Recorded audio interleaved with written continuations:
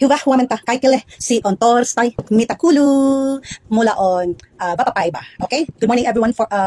Today is Thursday and how are you? And today is my day off. So for today's video, tanaan video sa on, I would like to share to you kung ano yung dinadala ko, unsay akong ginadala during or going ko sa work. So I'm Emmy Gallardo, a caregiver / nursing assistant. Okay? So guys, this is my logo, Heart and Hand Care. So it's I'm a freelance caregiver and it's my 6 years na in this profession or in this field. No, so thank you so much sa mga employer ko na nagtitiwala sa akin, sa aking mga mentors, no, mga nurses and doctors na nag-mentor sa from Luzon, Visayas and Mindanao. Marami akong natutunan sa inyo, no. So hindi man tayo perfecto, pero nilalagay ko sa aking isipan at sa aking puso, no. So kung gusto mo maging caregiver, you have to be passionate, kind, and mataas yung pasensya mo. Yun lang po, no? So, ganito ang ating gagawin. So, I would like to flex what's inside my black pouch, no? So, this one I bought in Cebu, okay? Starring. So, bumibili talaga ako ng mga keychain or kung saan man ako mapunta na lugar, meron talaga ako mga remembrance, no? So, ganyan talaga ako para akong bata, no?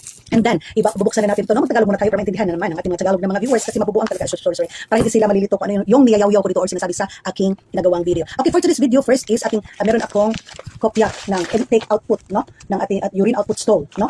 Ito po yun. Pwede po natin i-copy para ito po talaga kung ikaw are related sa healthcare profession, alam mo yan. So next, ito, meron akong copy nito. And also, I have face mask. Lagayan ng face mask, no? Na-erase na yung pangalan ko.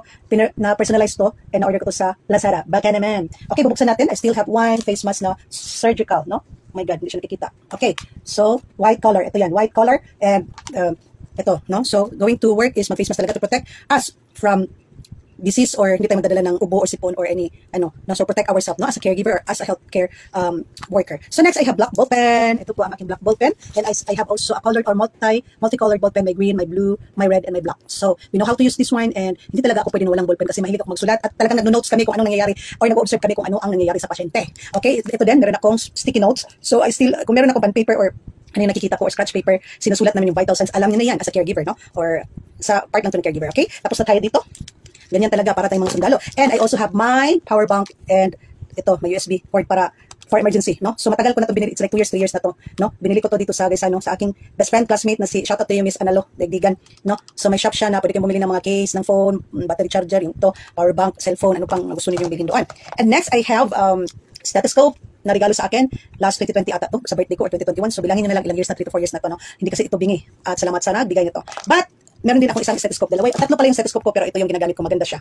Tingnan mo sa likod, unique, no? Maganda din to. Ano lang, reserve ko lang to kasi syempre pag masira or I love keeping things talaga. Hindi talaga ako mabubuhay kung wala akong stethoscope, no? Kasi dinadala ko to kahit sa Cebu, kahit saan ako ma-assign. Meron talaga akong gamit ang vital sign or stethoscope. And also yung pares niya is the Specmo manometer. Ito yon. So ito guys, pasensya na kung minsan hindi ko pinapahiram kasi importante din to sa akin. So I have my digital BP apparatus but I binigay ko sa aking loved ones, sa aking family at saka yung pulse oximeter. Kasi importante din yun. Ang wala lang sa akin ngayon is bibili pa ako ng bagong thermometer kasi ano na yung battery niya at sira na siya. So I still have my thermometer, pero yun nga iniwan ko sa aking family, loved ones para sa kanila for emergency purpose. Kasi pag wala ako sa Mindanao, of course, malalaman ko rin kung ano yung vital sign nila, kung needed na ba wag naman sana. So they're still healthy, my parents, no. Shout out sa inyo mama and papa. And ito po yung tools ng ating Specmo manometer pag hindi na po siya na-align sa zero. So maganda itong nabilhan ko sa Shopee kasi may pangtuli siya o yung tinatawag na adjustable tools, no. So very important ito. So kailangan nasa zero siya, no. So thank you so much Shopee. And also next, ano pa bang nandito? Meron pa pala akong isang ballpen. So I have 3 ballpens pala and correction tape, no. So ano lang, Girl Scout talaga ako. I cannot